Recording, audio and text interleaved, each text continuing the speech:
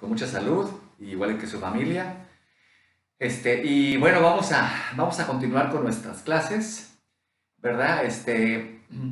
Recuerden que estamos viendo cómo evaluar las intervenciones. No solamente evaluarlas a posteriori, es decir, ya una vez que hicieron, sino evaluarlas antes de decidir si nos conviene sugerirlas a nuestro paciente. Sean intervenciones de carácter preventivo, de carácter curativo o de carácter rehabilitativo, ¿verdad? Y ustedes se preguntarán seguramente, bueno, ¿para qué tanta bronca? ¿Para qué tanto lío? ¿Tanto cálculo? ¿Por qué no aplico a estas intervenciones las reglas del umbral de medición, la regla del umbral de tratamiento, el nomograma de Yulbegovich? ¿Por qué no? Bueno, hay una diferencia fundamental entre un tratamiento que se define mediante un umbral de tratamiento y este tipo de intervenciones, y es el hecho de que muchas de estas intervenciones que estamos viendo que se deciden o que se analizan mediante estos 4 pasos, son intervenciones que se hacen en un estado de salud relativa o absoluta para prevenir un estado de deterioro futuro. Es decir, estamos partiendo de una probabilidad pretest nula para evitar una probabilidad pretest elevada. Entonces eso nos distorsiona mucho. No podemos aplicar el cálculo del umbral de tratamiento porque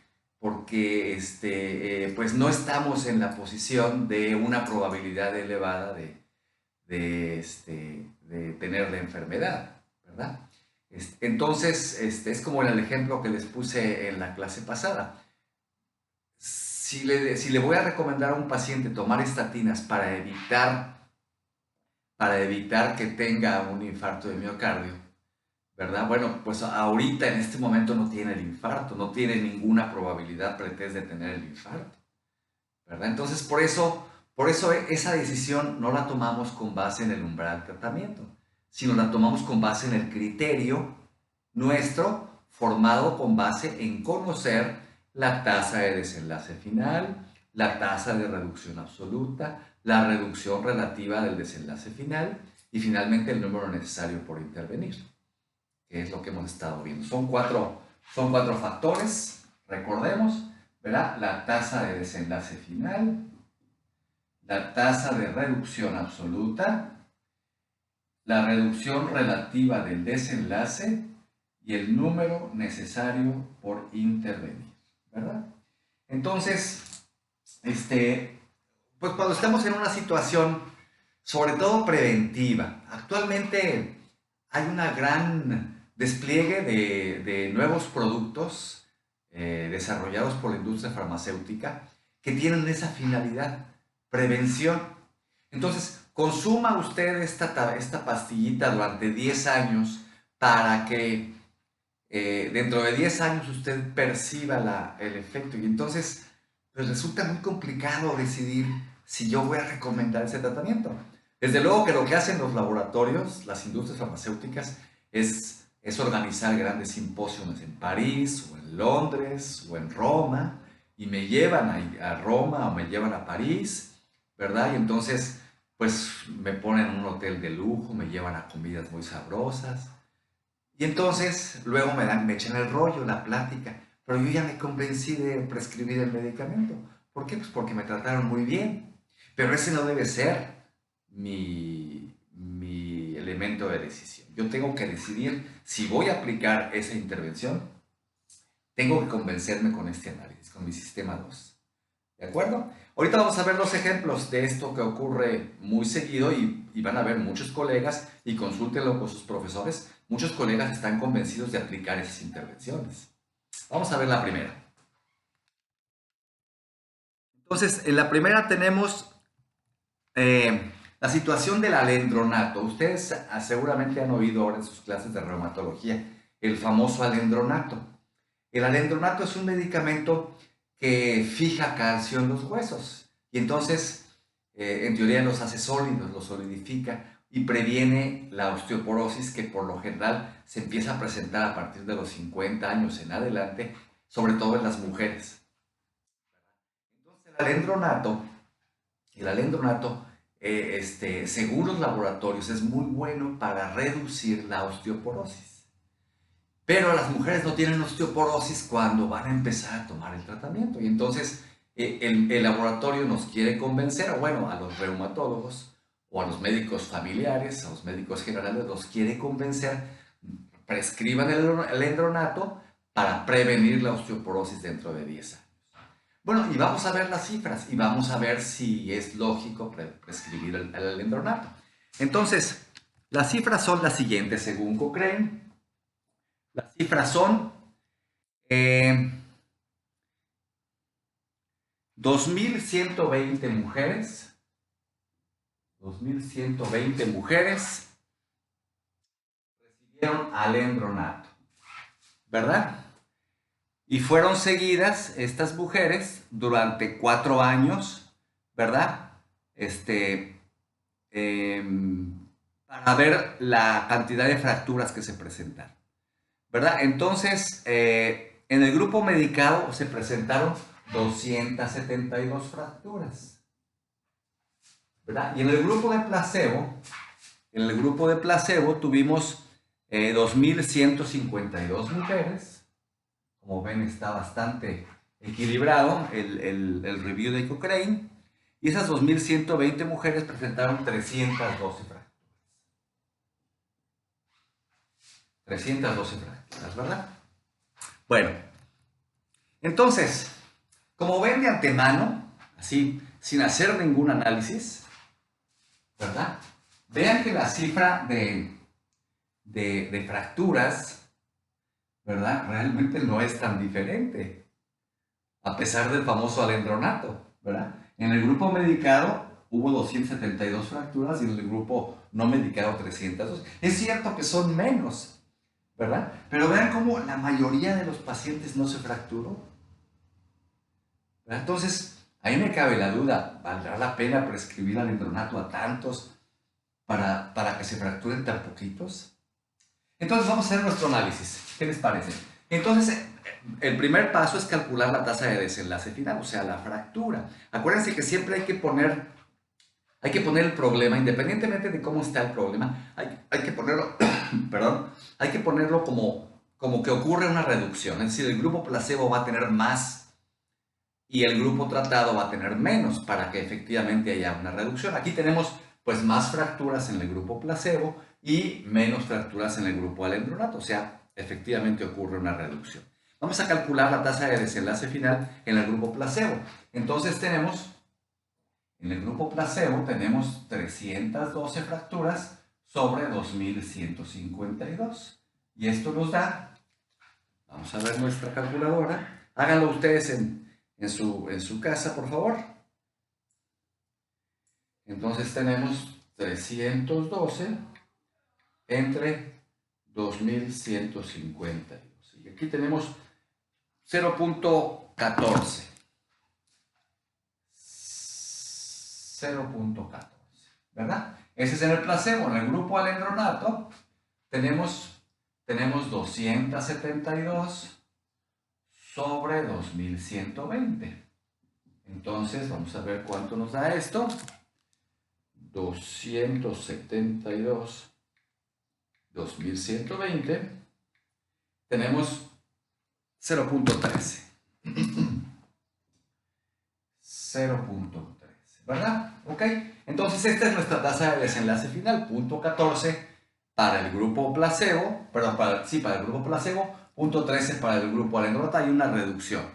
Entonces ya tenemos tasa de desenlace final. Tasa de reducción absoluta decíamos que es la resta. Se resta el grupo alendronato del grupo placebo. Es 0.14 menos 0.13. Entonces esta resta, ¿cuánto nos da? 0.01. ¿Verdad? Entonces tenemos nuestra tasa de reducción absoluta, 0.01. La reducción relativa del desenlace se calcula con la tasa de reducción absoluta dividida entre la tasa de desenlace final del grupo no tratado, o sea, del grupo placebo. Significa 0.01 sobre 0.14. Vamos a ver.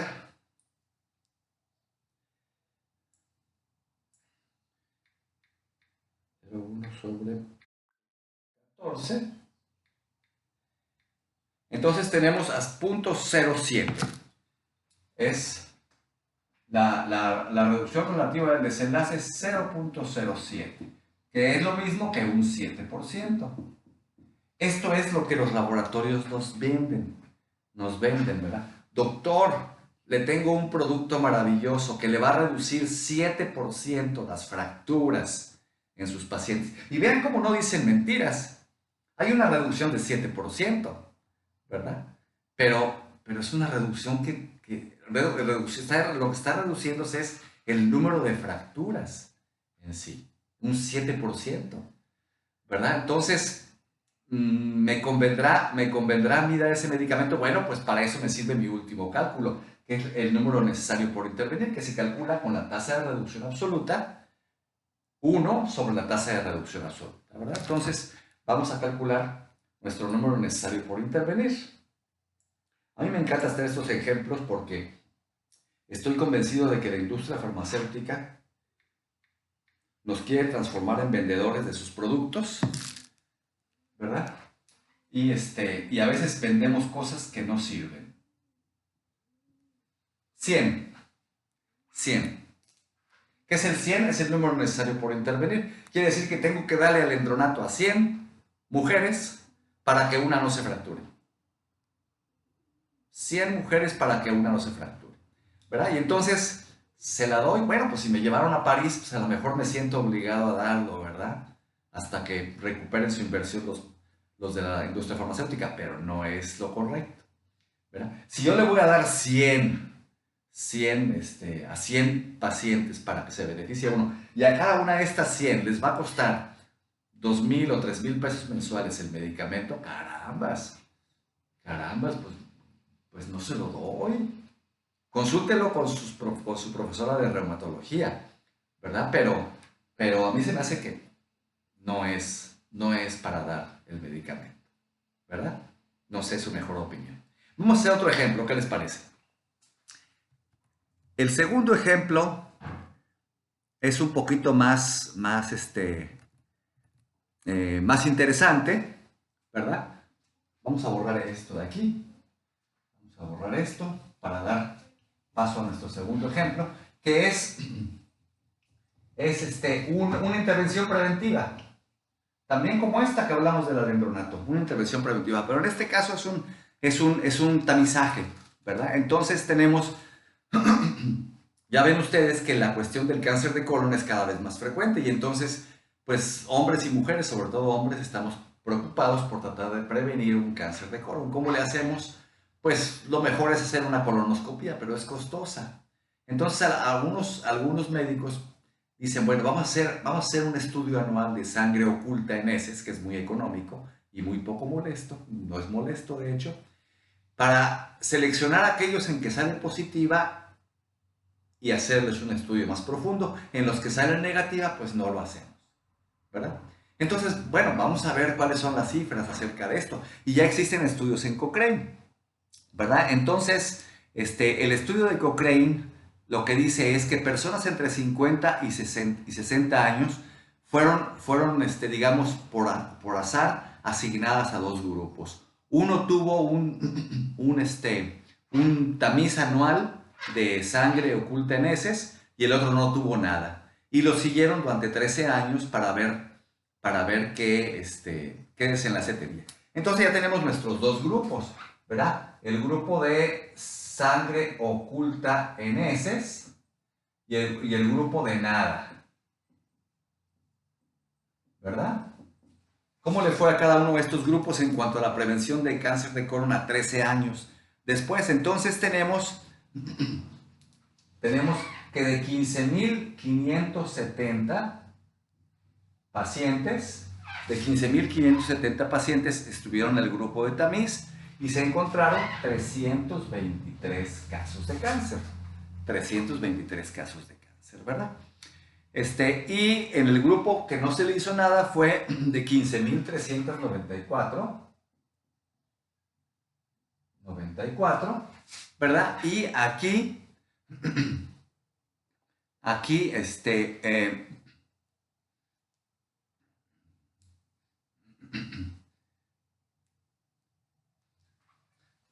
ok, aquí tenemos 323, pero hubo 82 muertes.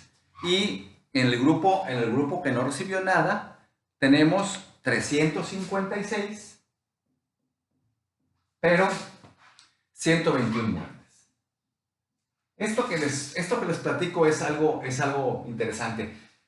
Fíjense, con la intervención de sangre oculta en heces, con el tamiz de sangre oculta en heces, no vamos a prevenir el cáncer. ¿Qué vamos a hacer con esto? Simplemente lo vamos a diagnosticar pronto, antes de que dé síntomas, y entonces vamos a prevenir las muertes. Entonces, en realidad, el desenlace que a mí me interesa no es tanto el número de pacientes de cáncer, sino cuántas muertes se pudieron evitar entre uno y otro.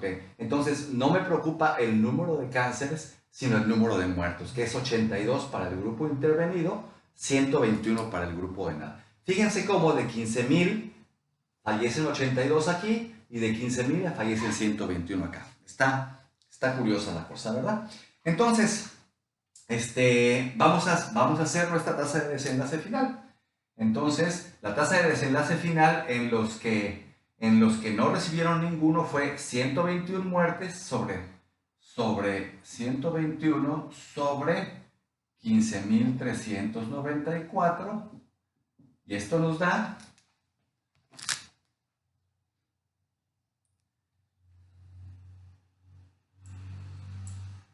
121 sobre 15.394. Esto nos da 007, así como el de la película. Más bien sería 008. 0.008.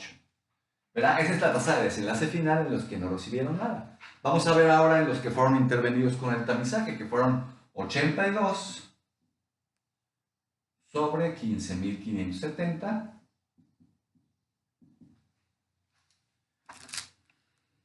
82 sobre 15.570. Entonces aquí tenemos 005. 0.005 es la tasa de desenlace final, muertes, entre los que recibieron el tamizaje con sangre oculta en heces, ¿verdad? Entonces, pues del punto 008 baja a punto 005. ¿Cuáles son las tasas de desenlace final? ¿Cuál es la tasa de reducción absoluta? Pues la resta, ¿verdad? La resta nos da 0.003, ¿verdad? Que eso es la tasa de reducción absoluta, 0.003.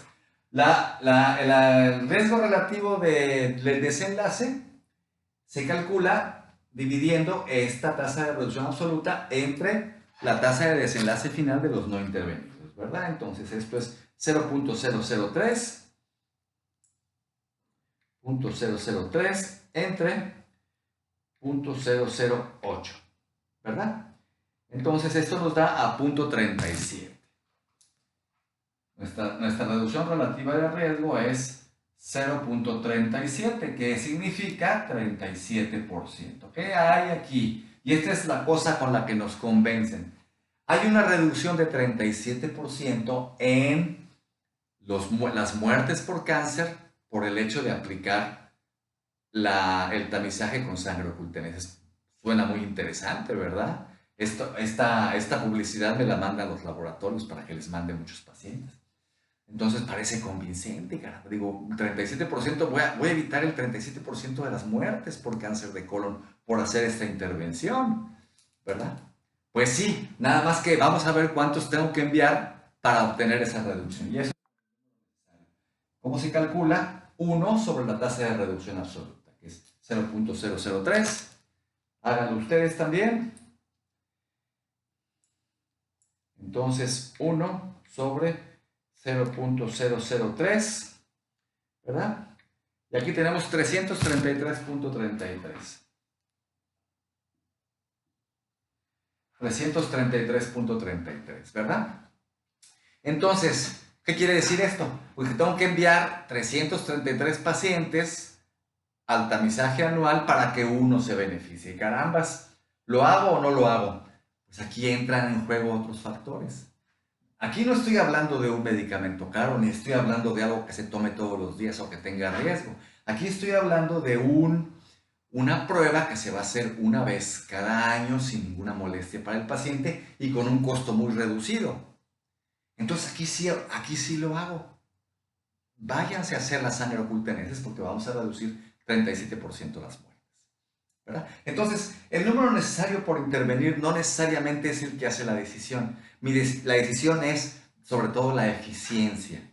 ¿Cuál es el riesgo y cuál es el beneficio que tiene hacer el famoso tamiz o aplicar la intervención? ¿Verdad? El número necesario para intervenir es simplemente un método de análisis, una estrategia para hacer el análisis, pero por sí no toma la decisión. Como vieron, en el caso del alendronato, por 100, si el número necesario por intervenir son 100, yo decido no hacerlo. En la sangre oculta en heces, el número necesario son 300, pero sí decido hacerlo. ¿Por qué? Por la eficiencia de la intervención, ¿verdad? La eficiencia es todo. El costo-beneficio es todo, ¿verdad? ¿Ok?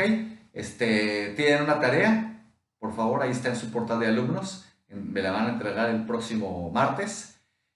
Y vamos a ver nuestro caso clínico. Gracias.